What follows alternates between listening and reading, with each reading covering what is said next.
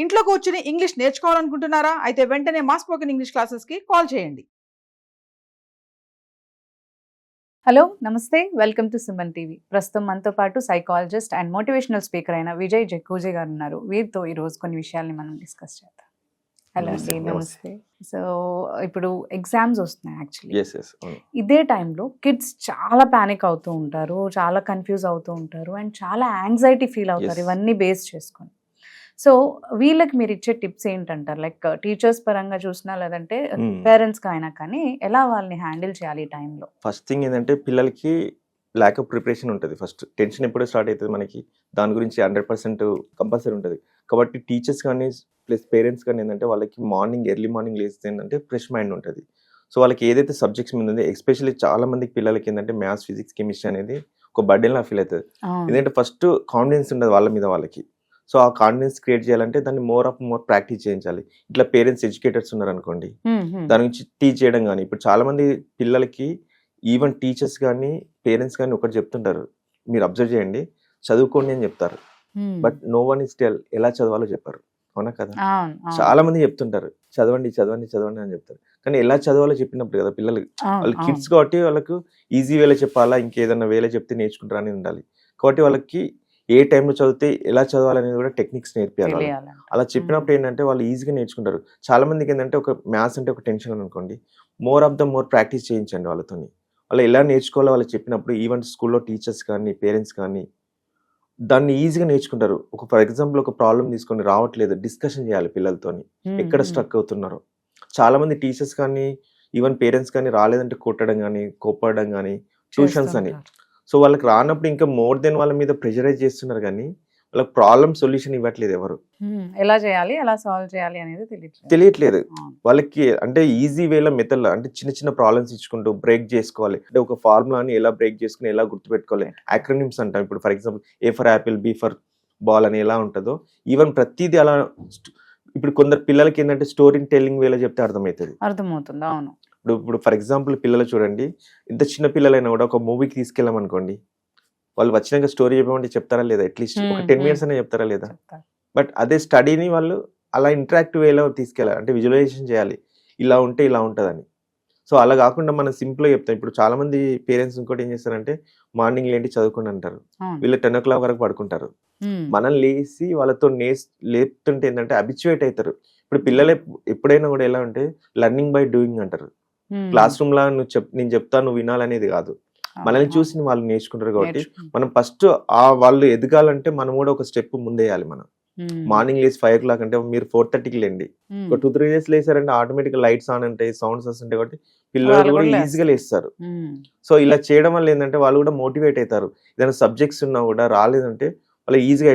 Even ఇంకో thing ఎలా జరుగుతారంటే చాలా మంది పిల్లలు ఏదో ఒక సబ్జెక్ట్ లో డల్ ఉంటారు, మిగతా సబ్జెక్ట్ లో చాలా ఉంటారు, కానీ పేరెంట్స్ దీని మీదనే ఎక్కువ ఫోకసింగ్ చేస్తారు, నీకు ఇది ఎందుకు రావట్లేదు అని క్వశ్చన్ వేస్తారు. అలా కాకుండా ఈ 5 subjects వచ్చాయి, ఇది కూడా నేర్చుకుంటే వస్తారని ఎవరు మోటివేట్ చేయరు, ట్యాంపరింగ్ చేయరు. బ్యాక్ సైడ్ నుంచి చేస్తే ఈజీగా నేర్చుకుంటారు. వాళ్ళు కూడా తిట్టడం నువ్వు ఎందుకు వాళ్ళ.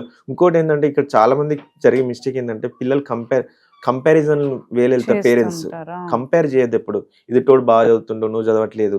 ఈ కంపారిజన్ వల్ల ఏంటంటే ఒక సెల్ఫ్ ప్రెషర్లోకి వెళ్ళిపోతారు.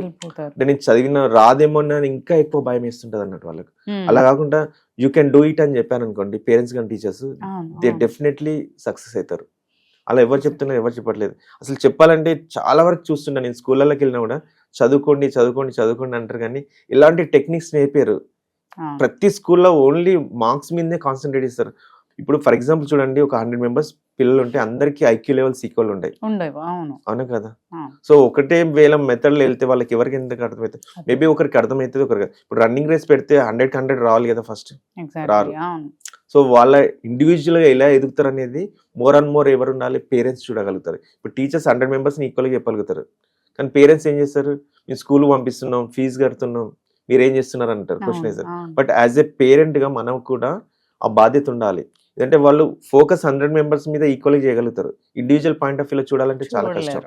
సో యాజ్ ఎ పేరెంట్ ఏంటంటే మీ పిల్లలు ఎలా ఉన్నారు అనేది మీరు కంపేర్ చేసుకోలేదు వేరే పేరెంట్స్ తోని. వాళ్ళు చదువుతున్నారంటే వాళ్ళ పేరెంట్స్ ఏం చేస్తున్నారు అనేది ఆ వేళ డెఫినెట్లీ వెళ్తే పిల్లలకి యాంగ్జైటీ ఉంటుంది, డెఫినెట్లీ ఉంటుంది. ఇప్పుడు మనకి ఏదన్నా ఎగ్జామ్ అన్నా ఇంకేదైనా రన్నింగ్ రేస్లో పెట్టినప్పుడు కూడా అప్పటి వరకు ప్రాక్టీస్ చేసినా కూడా వాళ్ళకు తెలియని భయం ఉంటుంది. అవును. సో ఆ కాన్ఫిడెన్స్ ని బూస్టప్ చేయించాలి వాళ్ళతోని. ఓకే. నువ్వు ఎట్లా వాళ్ళకి ఏంటంటే సక్సెస్ గురించి కానీ రిజల్ట్ గురించి ఆలోచించకు, జస్ట్ యూ అటెంప్ట్ ఇట్. చాలా మందికి ఏంటంటే ఒక మైండ్ లో బ్లాక్ పెట్టేస్తారు అన్నట్టు, నువ్వు ఫస్ట్ రావాలంతే, ఏం చేస్తావు నాకు సంబంధం లేదు, అవును. నువ్వు మంచి ట్యూషన్ పంపిస్తున్నా, స్కూల్ పంపిస్తున్నా, డబ్బులు లక్షలు కడుతున్నా. తగిలేస్తున్నా, నాకు ఇది రావాలంటారు. అలా కాదు, result what ever it may be, just give your best. Exactly. ఆ పాయింట్ ఒక్కటి చెప్తే వాళ్ళు 100% బెస్ట్ ఎఫెక్ట్ పెడతారు. కానీ వీళ్ళకి మైండ్లో ఒక సెకండ్ థాట్ ప్రాసెస్ ఏం జరుగుతుంది, నేను రాకుంటే ఏమవుతుంది, ప్రెషర్ thought- పెట్టేసినప్పుడు ప్రెషర్ పెట్టినప్పుడు ఏంటంటే ఆ థాట్ ప్రాసెస్ ఎలా అంటే వీళ్ళు చదువుతుంటారు. చాలా మంది స్టూడెంట్స్ ఇప్పుడున్న దానిలో చాలా అడ్వాన్స్డ్ ఉన్నారు. కానీ సెకండ్ థాట్ ప్రాసెస్ ఏంది, ఒకవేళ నేను రాకుంటే ఏమవుతుంది, అదేంటంటే దీన్ని ఓవర్కమ్ చేస్తుంది అన్నట్టు. పాయింట్ ఆఫ్ వ్యూలో టెన్షన్. ఇప్పుడు మనం బ్రెయిన్ ఎలా అంటే న్యూరాన్స్ ఉంటాయి, మెమరీ ఛానల్స్ అంటాం. న్యూరాన్స్ ఇప్పుడు చాలా మంది పిల్లలకి ఎగ్జామ్ రాస్తుంటే చూసినట్టే అనిపిస్తే క్వశ్చన్ రాసేది. ఈవెన్ మనం కూడా అదే స్థాయి నుంచి వచ్చినాం. క్వశ్చన్ చూస్తే అర్థమవుతుంది కానీ రాసేటప్పుడు పెన్ను కదలదు. ఎందుకంటే ఆ టెన్షన్ వల్ల ఏంటంటే మెమరీ గ్యాప్ వచ్చేస్తుంది, ఆ న్యూరాన్స్ కనెక్టివిటీ మిస్ అయిపోతుంది. సో అక్కడితో క్లోజ్ అయిపోతుంది. కానీ నెక్స్ట్ మనం రాయాలన్నా కూడా లైన్ కూడా రాదు మనకి. పిల్లలకి ఇదేంటంటే ఓవర్గా ప్రెషర్ చేయడము స్కూళ్ళలో కానీ, ఓన్లీ ఇక్కడ ఎన్ని స్కూల్ చూడండి మార్క్స్ మార్క్స్ మార్క్స్ అంతే. ఎగ్జాక్ట్లీ. అసలు వాళ్ళకి సోషల్ నాలెడ్జ్ చెప్పట్లేదు, ఎథిక్స్ నేర్పియట్లేదు. అసలు ఇప్పుడు ఒక ఫిష్ కర్రీ తినాలంటే వండి తెచ్చిపెట్టి నోట్లో పెట్టేస్తున్నారు కానీ ఆ ఫిష్ని ఎలా పట్టుకోవాలనేది ఎవరు నేర్పియట్లేదు. హౌ టు ఎర్న్ అనేది ఎవరు చూపించట్లేదు. ఎంతసేపు ఒక పంజరంలో పెట్టి వాళ్ళ ప్రెషరైజ్ చేసి నువ్వు ఇది చేయాలి చేయాలంటే ఏమొస్తుంది. ఒక మూవీ ఉంది కదా, ఇప్పుడు ఒక మంచి ఎగిరే పక్షిని తీసుకొచ్చి ఒక పంజరంలో పెట్టి ఒక 1 year తర్వాత నువ్వు వదిలేస్తే అది ఎగురుతుందా? ఎగురదు, నేర్చుకోదు అది. ఇక్కడ కూడా పిల్లలు ఏంటంటే ప్రెషరైజ్గా ఉండడం వల్ల వాళ్ళు కొత్తది ఏదైనా ఎగ్జామ్ ప్రెషర్ అనే దాన్ని ఇలాంటి ఇప్పుడైనా వచ్చినప్పుడు, ఇప్పుడు 10th ఎగ్జామ్స్ వస్తున్నాయి, వాళ్ళకి ఏంటంటే బోర్డ్ ఎగ్జామ్ బయట పోయి వెళ్ళి రాయాలంటే అది ఒక కొత్త ప్లేస్ ఏమో, వేరే ఎగ్జామ్ వస్తుందేమో అని ఇలాంటి టెన్షన్స్ ఉన్నాయి అన్నట్టు. అలా కాకుండా వాళ్ళ పేరెంట్స్ ఒక్కటే వాళ్ళు పెట్టుకోవాల్సింది ఏంటంటే రిజల్ట్ ఎలా అయినా పర్లేదు, జస్ట్ గివ్ యువర్ బెస్ట్ అని వాళ్ళు చెప్పినంటే 100% బెస్ట్ రిజల్ట్స్ వస్తాయి వాళ్ళకి. అది ఫస్ట్ నుంచి వాళ్ళకి ఇన్కల్కేట్ చేయాలి డెఫినెట్లీ. ఫస్ట్ నుంచి గైడెన్స్ ఇస్తూ వాళ్ళు అటెన్షన్ అనేది పే చేసి పేరెంట్ అంటారు.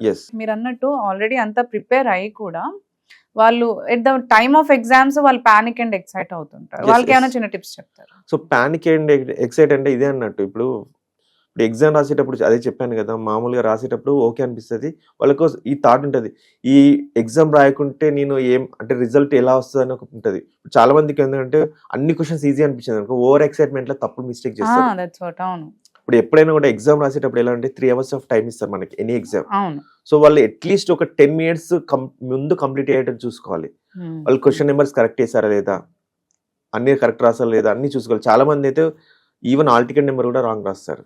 అంత ఎగ్జామ్ సూపర్ గా రాసి ఆల్ టికెట్ నెంబర్ మిస్ అయితే వేస్ట్ కదా. ఒక్కొక్కసారి హాల్ టికెట్ కూడా మర్చిపోయి వెళ్ళిపోతారు. ఎగ్జామ్ టైంలో ఇవన్నీ మిస్ అవ్వడం కానీ, బస్ కు లేట్ అవ్వడం కానీ, ఇవన్నీ కూడా అంటే 100% కంగారు వాళ్ళు ఏంటంటే మొత్తం చదివిందంతా జీరోకి వచ్చేస్తారు. కాబట్టి ఒక ముందు రోజే ఎవ్రీథింగ్ హాల్ టికెట్ ఉందా, అసలు ఇన్స్ట్రక్షన్స్ ఏంటి అన్ని చూసుకోవాలి. ఏ టైంకి వెళ్ళాలి, ఎలాంటి పెన్ను, బ్లూ కలర్. కొన్ని ఎగ్జామ్స్ లో మనకి ఇప్పుడు మ్యాండేటరీ వేస్తున్నారు బ్లూ కలర్ బ్లాక్ అనేది. సో ఇలాంటి అన్ని ముందు ఇన్స్ట్రక్షన్ ఏముంది, హాల్ టికెట్ లో నోట్ అని ఉంటది కింద, అది ఎవ్వరు చూడరు అసలు. అక్కడికి వెళ్ళిన తర్వాత ఫోటో దేవాలా ఇది దేవాలని అక్కడ అడిగితే అందరూ బ్లాంక్ అయిపోతారు. సో ఇలాంటివి లేకుంటే ఫస్ట్ ఏంటి ప్రిపరేషన్ ఏం కావాలని పేరెంట్స్ కానీ పిల్లలు కానీ చూస్తే ఇలాంటి టెన్షన్స్ ఏముండే. ఎగ్జామ్ లో కూడా హ్యాపీ పోయి రాస్తారు. ఒక 10 minutes ముందు కంప్లీట్ చేసుకుంటే ఓవర్గా మన లాస్ట్ కంక్లూజన్ అంటాం కదా, ఆ కంక్లూజన్ ఏంటంటే పార్ట్ ఏంటంటే అసలు నేను కరెక్ట్ రాశానని ఒకసారి పేపర్ మొత్తం చూసుకోవాలి. నెంబరింగ్ కరెక్ట్ చేశానా, సెక్షన్ నెంబర్ కరెక్ట్ చేశానా, ఇవన్నీ చూసుకుంటే ఏంటంటే వాళ్ళు రాసిన దానికి వాళ్ళకి కూడా ఒక కాన్ఫిడెన్స్ వస్తుంది, ఐ గివ్ ద బెస్ట్ అని. సో ఇలాంటి టెన్షన్స్ ఉండే చేయాలంటే. Thank you. Thank you so much.